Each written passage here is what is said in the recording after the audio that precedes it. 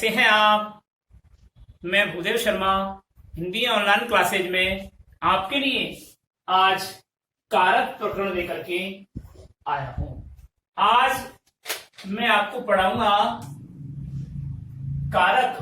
और हमने पिछले लेसन में पढ़ाया था आपको कारक किसे कहते हैं, कारक कितने प्रकार के होते हैं और कर्ता कारक को हमने पढ़ा था। आज पढ़ेंगे हम कर्म कारक। नंबर 2 कर्म कारक।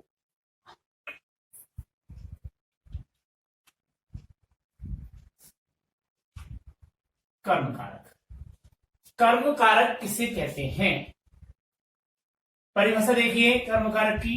कर्म कारक के लिए पहला बिंदु, वाक्य में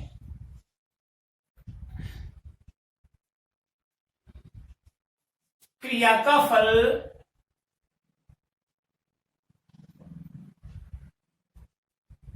या क्रिया का प्रतिफल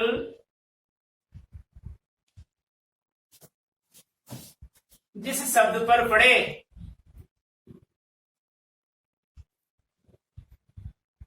वाक्य में क्रिया का प्रतिफल जिस शब्द पर पड़े उसे कर्म कहते हैं।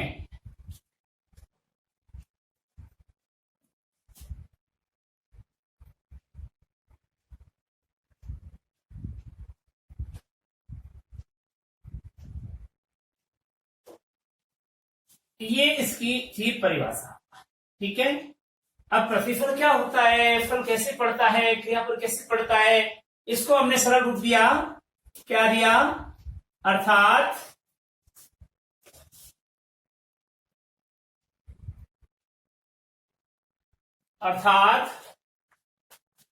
कर्ता द्वारा क्रिया जानने वाला कार्य, कर्ता द्वारा किया जाने वाला कार्य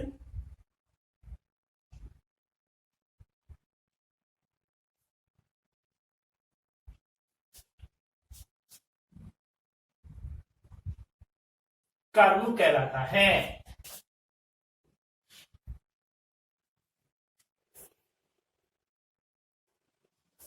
कर्म कहलाता है। राइट। यानी कर्म की परिभाषा निकल करके क्या आई कि कर्ता द्वारा किया जाने वाला कार्य कर्म कहलाता है और वाक्य में क्रिया का प्रतिफल जिस शब्द पर पड़े उसे मतलब उस शब्द को क्या कहते हैं? कर्म कहते हैं। ठीक है। कर्म के लिए ये तो हुआ पहला बिंदु। कर्म के लिए हम दूसरा बिंदु लिखते हैं। कर्म कारक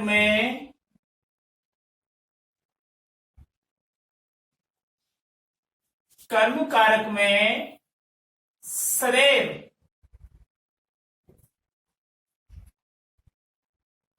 को विभक्ति चिन्ह होता है। कर्म कारक में सदैव को विभक्ति चिन्ह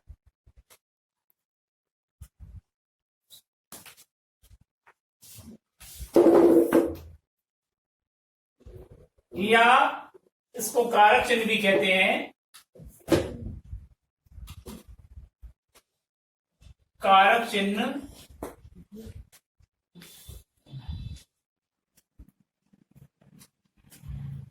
होता है। कर्म कारक में सदैव को विभक्ति चिन्ह होता है या कारक विभक्ति चिन्ह को ही कारक चिन्ह कहते हैं। ठीक है ना। ये तो कारक चिन्ह होता है। ये उदाहरण देखिए, जैसे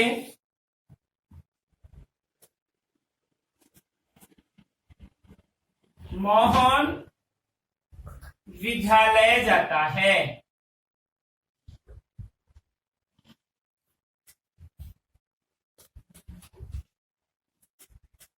ठीक है। अब कर्म को ढूंढने के लिए मैंने कर्ता को ढूंढने के लिए क्रिया को वर्तमान काल में परिवर्तन करते हैं और वर्तमान काल में क्रिया का रूप परिवर्तन करने के बाद उसको प्रश्न करते हैं कौन। इसका जो भी उत्तर आता है वह कर्ता होता है। उसी प्रकार वर्तमान काल की क्रिया के साथ प्रश्न करते हैं किसको। इसका जो भी आंसर आएगा वह हमारा कर्म होगा। क्या होगा? कर्म होगा।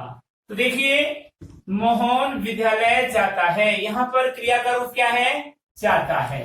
ठीक है, ऐसी क्रिया है। कौन सा काल है? वर्तमान काल है, ऑलरेडी वर्तमान काल है। तो प्रश्न करेंगे किसको जाता है। अगर इसका उत्तर वाक्य में मिलता है तो वाक्य में कर्म उपस्थित है। तो किसको जाता है? विद्यालय को जाता है। तो विद्यालय यहाँ पर कर्म है। अब आप प्रश्न करेंगे कि आपने साहब ये किसको ही प्रश्न क्यों किया? हमने कौन प्रश्न क्यों नहीं किया, कैसे क्यों नहीं किया, किससे क्यों नहीं किया, क्या क्यों नहीं किया? तो मैं आपको बता दूं, इन सब में से कई लोग बताते हैं कि कर्ता को कर्म को ढूंढने के लिए क्या प्रश्न करना चाहिए। कौन सा प्रश्न करना चाहिए? क्या? तो कर्म आ जाएगा। मैं कहता हूं ये बिल्कुल गलत है। मैं पुनः आपके प्रश्न को आपसे पूछ रहा हूं कि आपने क्या प्रश्न क्यों किया। आपने अभी मेरे से पूछा कि साहब किसको प्रश्न क्यों किया आपने कर्म को ढूंढने के लिए। इनमें से इतने सारे हैं प्रश्नवाचक शब्द, इनमें से क्यों नहीं पूछा आपने? तो मैं बता दूं कि किसको प्रश्न से को विभक्ति चिन्ह का निस्पंदन हो रहा है। को विभक्ति चिन्ह किसको उसके द्वारा निकलती है, और किसी भी प्रश्न के द्वारा को विभक्ति चिन्ह का निकलना नहीं होता। इसलिए जब को विभक्ति चिन्ह यहां से निकलेगा तो हम इसी प्रश्न को करेंगे ना। क्या से कोई विभक्ति चिन्ह नहीं निकलता, कारक चिन्ह नहीं निकलता, इसलिए हम क्या प्रश्न कर ही नहीं सकते। बहुत से लोग करते हैं। जैसे इसी को ले लीजिए, चलो, पेड़ से पत्ता गिरता है, पेड़ से पत्ता गिरता है। ठीक है जी, हमने कहा कर्म, ये कर्म है या नहीं है? कि सब है। ये रहा पत्ता, क्या गिरता है? पत्ता गिरता है। क्या क्या उत्तर आया? कर्म। चलो मान लिया। लेकिन मैं बताऊं आपको, ये क्रिया किसके आधार पर आई? ये क्रिया कर्म के आधार पर नहीं आकर के कर्ता के आधार पर आती है हमेशा। मैंने आपको कर्ता पढ़ाया, उस समय बताया कि यथा कर्ता तथा क्रिया भवति। जैसा कर्ता होता है अर्थात जिस पुरुष वचन लिंग में कर्ता प्रयोग किया जाता है, उसी पुरुष वचन लिंग में क्रिया का प्रयोग होता है। कर्ता के अनुसार क्रिया हुई सरल वाक्य में। अब आप देखिए, अगर हमने इसको ये कह देते हैं पेड़ से पत्ता गिरते हैं, तो क्रिया का रूप कौन सा हो गया? बहुवचन का हो गया। अब बहुवचन का हो गया तो क्या पत्ता ही आएगा? कि नहीं सर यहां तो पत्ते आना चाहिए। अरे तो कर्म के अनुसार क्रिया थोड़ी होती है। आप बता रहे हो क्या गिरा? पत्ता गिरा, कर्म हुआ। तो कर्म के अनुसार क्रिया थोड़ी होती है। यहाँ तो कर्ता के अनुसार क्रिया होती है। जब क्रिया का रूप परिवर्तन हुआ तो कर्ता का भी रूप परिवर्तन हो गया, कर्ता भी बहुवचन में आ गया। इसलिए इसमें कोई कर्म है ही नहीं, क्योंकि पत्ता तो यहाँ पर कर्ता है, से यहाँ पर अदर कारक है, अलग होने के योग में अप्रधान कारक है, और ये यहाँ पर क्रिया है। तो मैं आपको बता रहा था कि कर्म को ढूंढने के लिए किसको ही प्रश्न करना चाहिए, और कोई भी प्रश्न मान्य नहीं है अकॉर्डिंग टू व्याकरण। ठीक है, व्याकरण यानी ग्रामर के अनुसार हम स्पष्ट कह सकते हैं कि किसको के अलावा और प्रश्न कर ही नहीं सकते, और यह अकर्मक क्रिया का रूप है, सकर्मक क्रिया हो ही नहीं सकती। ठीक है, तो यहां पर मोहन किसको जाता है, यानी किसको जाता है, इसका जो भी उत्तर आता है विद्यालय जाता है। अभी और भी दूसरा उदाहरण समझा रहा हूं। जैसे एक राम रावण को बाण से मारता है। राम, चलो काल चेंज करता हूं। राम ने रावण को बाण से मारा। ये लो साहब, यहां पर क्रिया का रूप कौन सा है, अर्थात काल कौन सा है? काल आया इसमें भूतकाल। ठीक है, भूतकाल की क्रिया को वर्तमान काल की क्रिया में बदलेंगे। मारता है, क्या बनता है? मारता है। ठीक है, किसको मारता है? इसका जो प्रश्न का आंसर आएगा वह हमारा कर्म होगा। किसको मारता है? रावण को मारता है। तो बात स्पष्ट हुई। सबसे पहले तो परिभाषा को देखिए। कर्ता द्वारा किया जाने वाला कार्य, कार्य कौन सा हुआ? इसको मारने का काम हुआ। ये काम हुआ कर्ता द्वारा किया जाने वाला कार्य, क्या कहलाता है? कर्म कहलाता है। ये परिभाषा समझ में नहीं आई? ठीक है, तो समझ में ये आया कि वाक्य में क्रिया का प्रतिफल जिस पर पड़े, इसका प्रतिफल यहां पड़ रहा है, अर्थात मारे जाने का कार्य किया जा रहा है, रावण को मारा जा रहा है, तो क्रिया का प्रतिफल जो निकलता है वह कर्म कहलाता है। ठीक है, तो यहां पर रावण यहां पर कर्म हुआ। आया समझ में?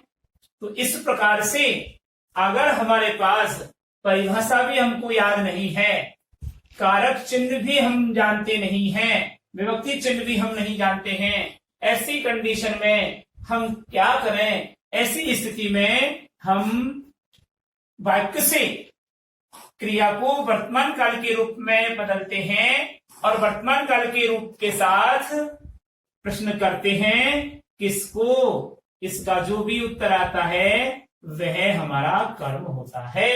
इस चीज ये ट्रिक है, ये क्या है? ट्रिक है। ये लिखा हुआ नहीं है कहीं भी, ये हमारा ट्रिक है कि कैसे हम कर्म को समझेंगे। कौन को प्रश्न करेंगे तो कर्ता का पता चलेगा, किसको का प्रश्न करेंगे तो कर्म का पता चलेगा। बाकी सारे विभक्ति चिन्ह, इट मींस कारक चिन्ह सारे वाक्यों के शब्दों के साथ में लगे होंगे और कारकों को हम पहचान लेंगे इजीली। कर्ता और कर्म को ढूंढने में ही थोड़ा सा दिक्कत आती है, कई बार कारक चिन्ह नहीं मिलता है, इसलिए किसको प्रश्न करने पर कर्म कारक और कौन प्रश्न करने पर कर्ता कारक। तो यहां तक किसी को दिक्कत नहीं होनी चाहिए, कर्म कारक हमारे समझ में अच्छी तरह से आ गया होना चाहिए। अब आता है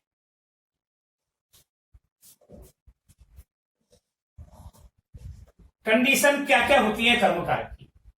जब कर्म कारक सजीव हो, जब कर्म कारक सजीव हो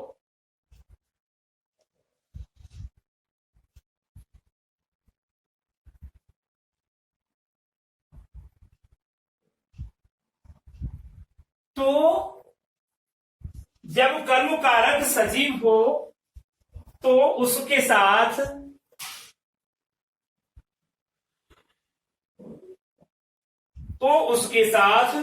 विभक्ति चिन्ह को का प्रयोग किया जाता है। विभक्ति चिन्ह को का प्रयोग किया जाता है। यह वाक्य को पहचानने में महत्वपूर्ण योगदान होगा।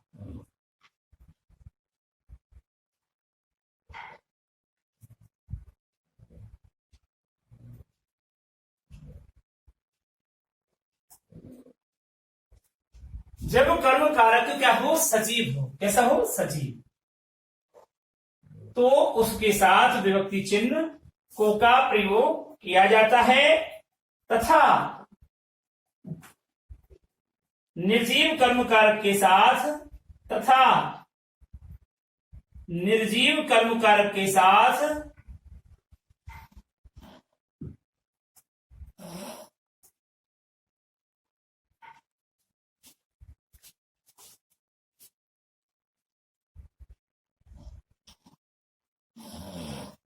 को विभक्ति चिन्ह का प्रयोग नहीं किया जाता। को विभक्ति चिन्ह का प्रयोग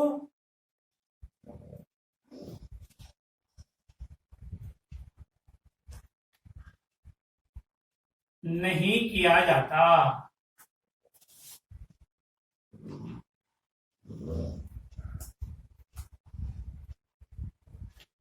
ठीक है,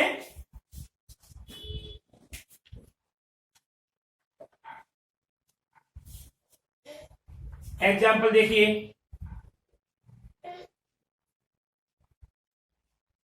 एग्जाम्पल देखिए आपके,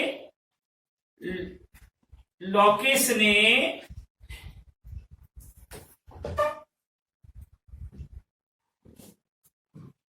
वहां हिरणों को देखा।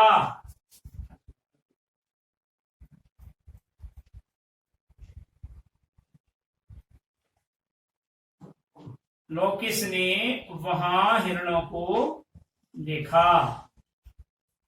ये लो,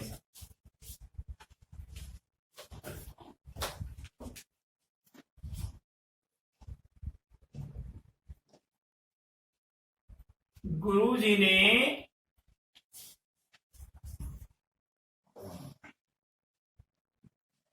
पुस्तक पढ़ाई।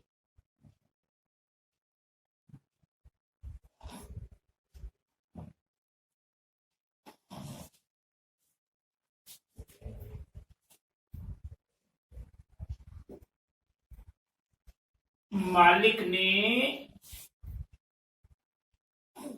नौकर पीटा, नौकर को पीटा।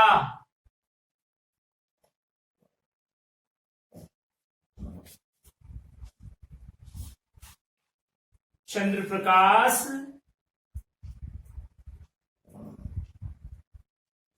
पुस्तक लिख रहा है।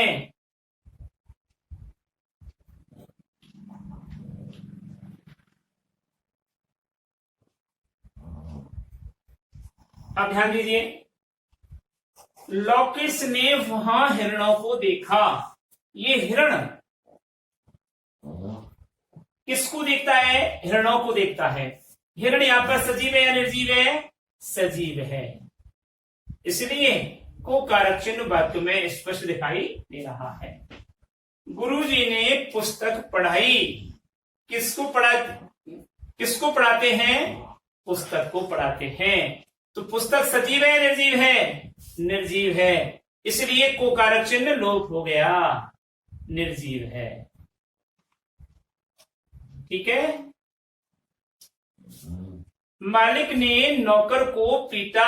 किसको पीटता है? नौकर को पीटता है। तो वो नौकर नौकर नौकर यहां पर सजीव है, निर्जीव है? सजीव है, इसलिए यहां पर क्या हुआ? को कारक की व्युत्पत्ति हुई। चंद्र प्रकाश पुस्तक लिख रहा है। पुस्तक यहां पर क्या है? सजीव है या निर्जीव है? निर्जीव है, इसलिए यहां पर यह निर्जीव का उदाहरण हुआ। तो इस प्रकार क्लियर हुआ कि जब कर्म कारक सजीव हो तो वाक्य में को कारक चिन्ह अर्थात को विभक्ति चिन्ह का प्रयोग किया जाता है, और जब कर्म कारक निर्जीव हो तो वाक्य में कर्म कारक के साथ को विभक्ति चिन्ह का प्रयोग नहीं किया जाता है। इस प्रकार ये नियम यहाँ का स्पष्ट हुआ। और भी उदाहरण देखिए, और भी उदाहरण दे रहा हूं। इसके और भी नियम है, एक उदाहरण और देख लो इसका, इस नियम का।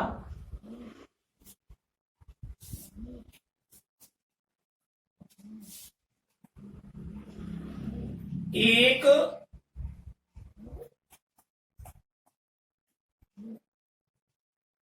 तलवार उठाओ। किसको उठाता है? तलवार को उठाता है। तो यहां पर को कारक चिन्ह है, ठीक है, लेकिन साइलेंट है क्योंकि ये निर्जीव कर्म कारक है, इसलिए। ठीक है। दूसरा उदाहरण देखिए।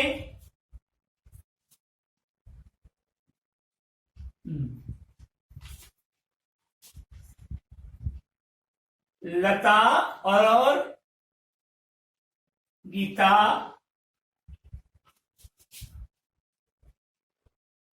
भजन गाती हैं। अब यहां पर भजन किसको गाती हैं? भजन को गाती हैं। यहां पर भजन क्या है? कर्म कारक है, लेकिन निर्जीव है, इसलिए को कारक इनका लोप होगा। ठीक है। दुकानदार चोर को पकड़ता है।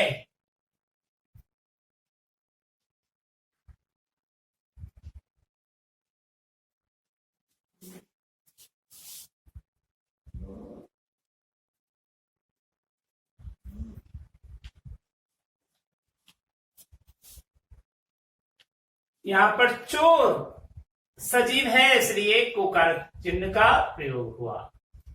ठीक है। इस प्रकार से ये नियम हमारा यहां पर क्लियर हुआ। अगला नियम है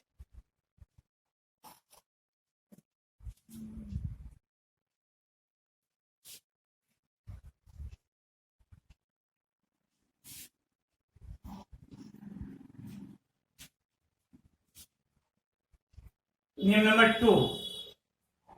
द्विकर्मक क्रियाओं के साथ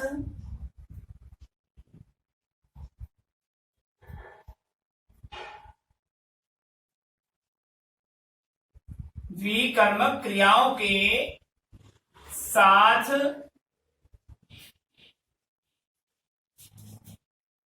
को विभक्ति चिन्ह का प्रयोग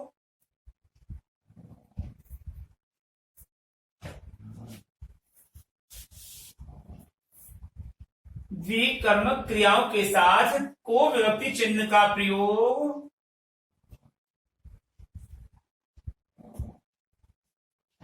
गौण कर्म के साथ किया जाता है।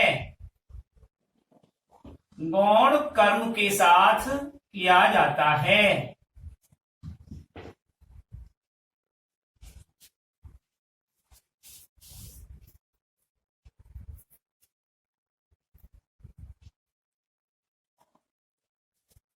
किया जाता है।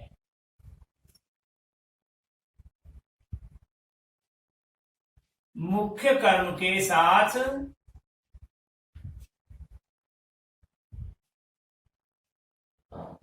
मुख्य कर्म के साथ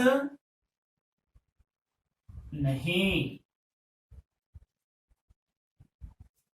तो क्या द्विकर्मक क्रियाएं दुहु याच पच दंड रुद ब्रू सास जी ची नी क्रस उत कर्स ये धातु है संस्कृत की।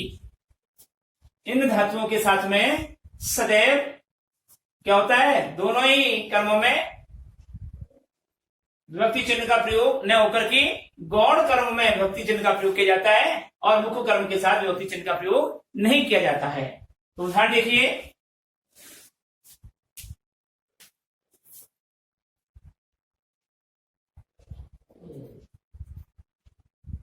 पिता ने पुत्र को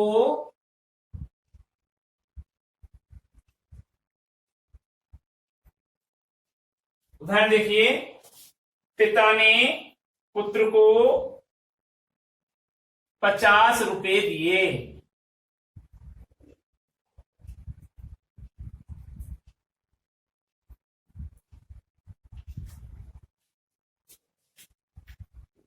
दूसरा उदाहरण देखिए,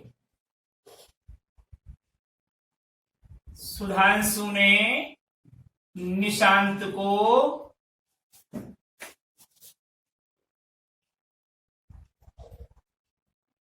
मोबाइल दिया।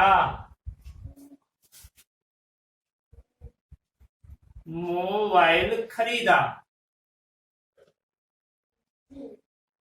ये है।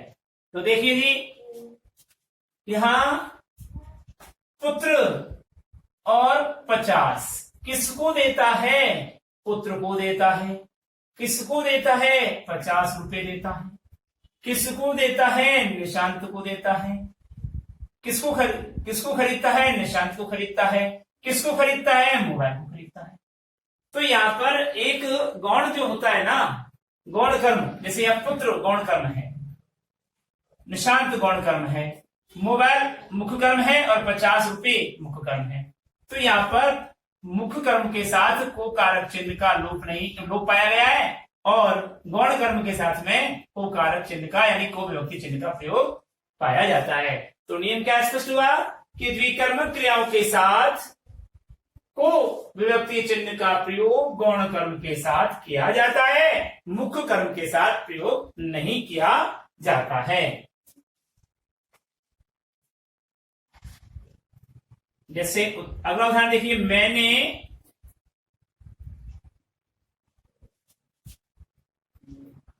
गुड्डू को गुलाब जामुन खिलाए। गुलाब जामुन खिलाए। दो कर्म वाली क्रिया है। तो यानी गौण कर्म तो किसको और मुख्य कर्म गुलाब जामुन। अगर हम ये भी लिख देते मैंने गुलाब जामुन खिलाए, तो यहां पर अपने आप अक्षय हो जाता है, एक कर्म है मुख्य कर्म है, तो जब तो मुख्य कर्म के साथ में नहीं होता ही नहीं है। और गुड्डू यहां पर आ गया, सोहन यहां पर आ गया, मोहन यहां पर आ गया, उसको आ गया, तो यहां पर को कारक चिन्ह का प्रयोग किया गया। तो इस प्रकार से ये नियम हमारे यहां पर स्पष्ट होता है। अगले नियम के लिए आइए।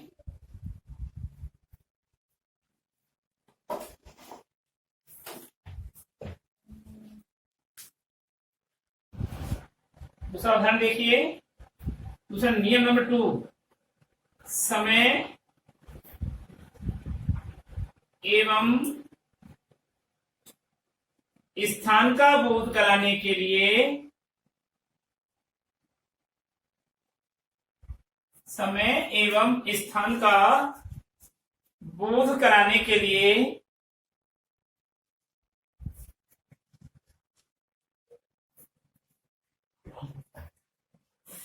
समय एवं स्थान का बोध कराने के लिए समय के साथ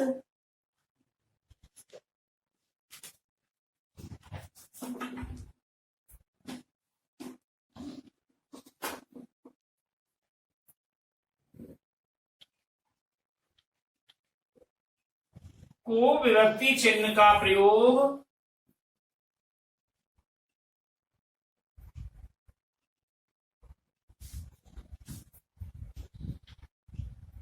समय के साथ को विभक्ति चिन्ह का प्रयोग किया जाता है।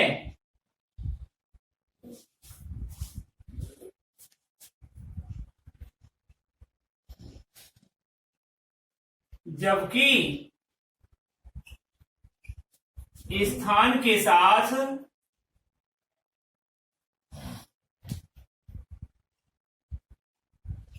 को विभक्ति चिन्ह का प्रयोग नहीं किया जाता।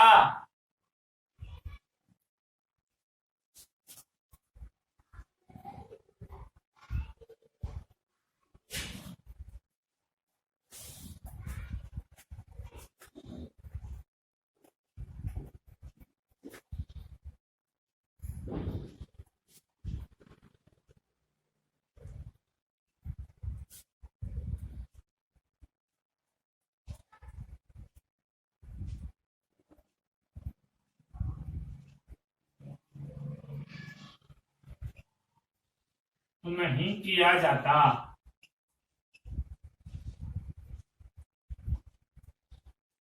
ठीक है, एग्जाम्पल देखिए,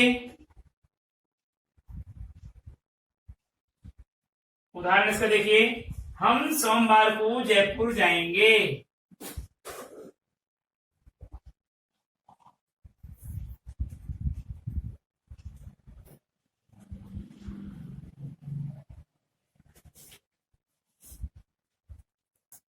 ये भी द्विकर्मक है।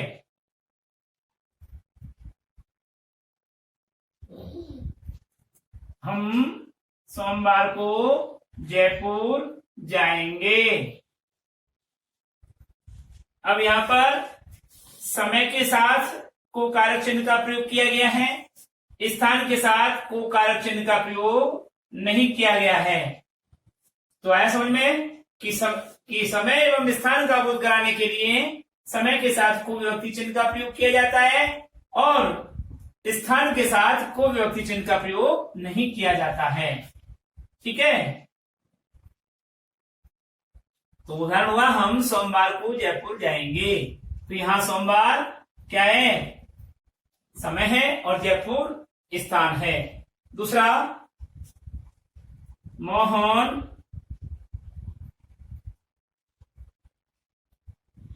रात को ही घर चला गया।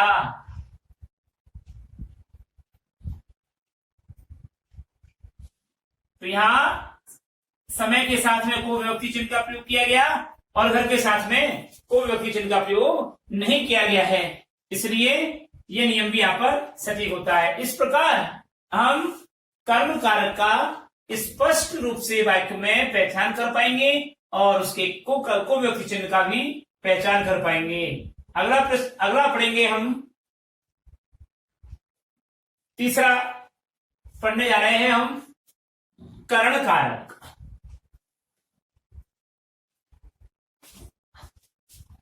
अगला कारक है करण कारक। तो देखिए,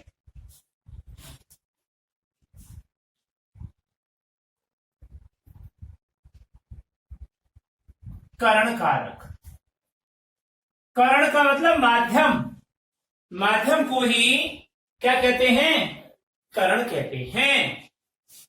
तो क्या लिखेंगे,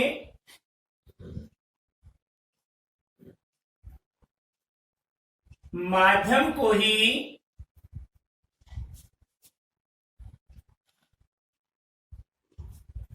कारण कहते हैं।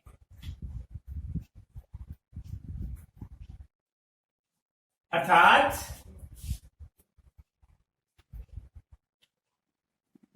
कर्ता द्वारा जिस माध्यम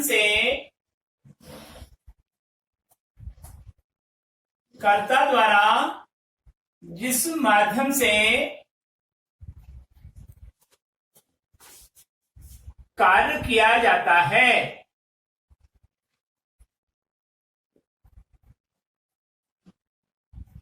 कर्ता द्वारा जिस माध्यम से कार्य किया जाता है उस माध्यम को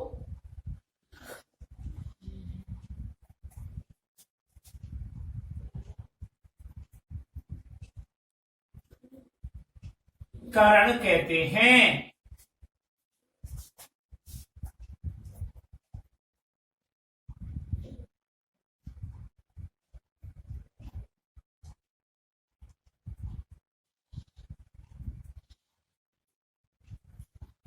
क्या परिभाषा निकल करके आई? कर्ता द्वारा जिस माध्यम से जो कार्य किया जाता है उस माध्यम को ही करण कहते हैं। ठीक है, करण कारक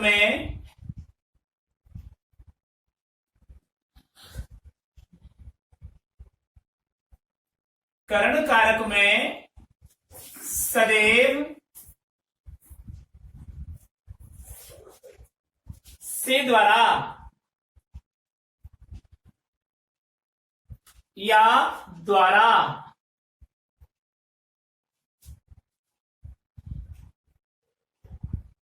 या के द्वारा, क्या? से द्वारा, द्वारा या के द्वारा विभक्ति चिन्हों का प्रयोग किया जाता है।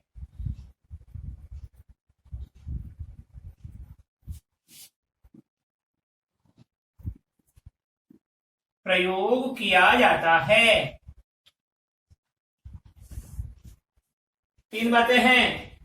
पहली, माध्यम को करण कहते हैं। परिभाषा के रूप में कर्ता द्वारा जिस माध्यम से जो कार्य किया जाता है उस माध्यम को ही करण कारक कहते हैं। करण कारक में सदैव से द्वारा, द्वारा या के द्वारा विभक्ति चिन्ह का प्रयोग किया जाता है।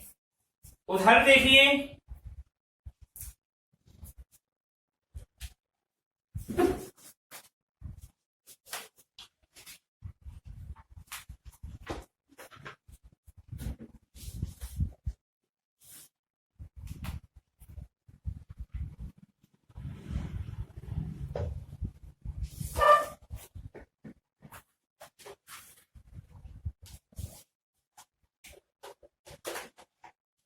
एग्जाम्पल,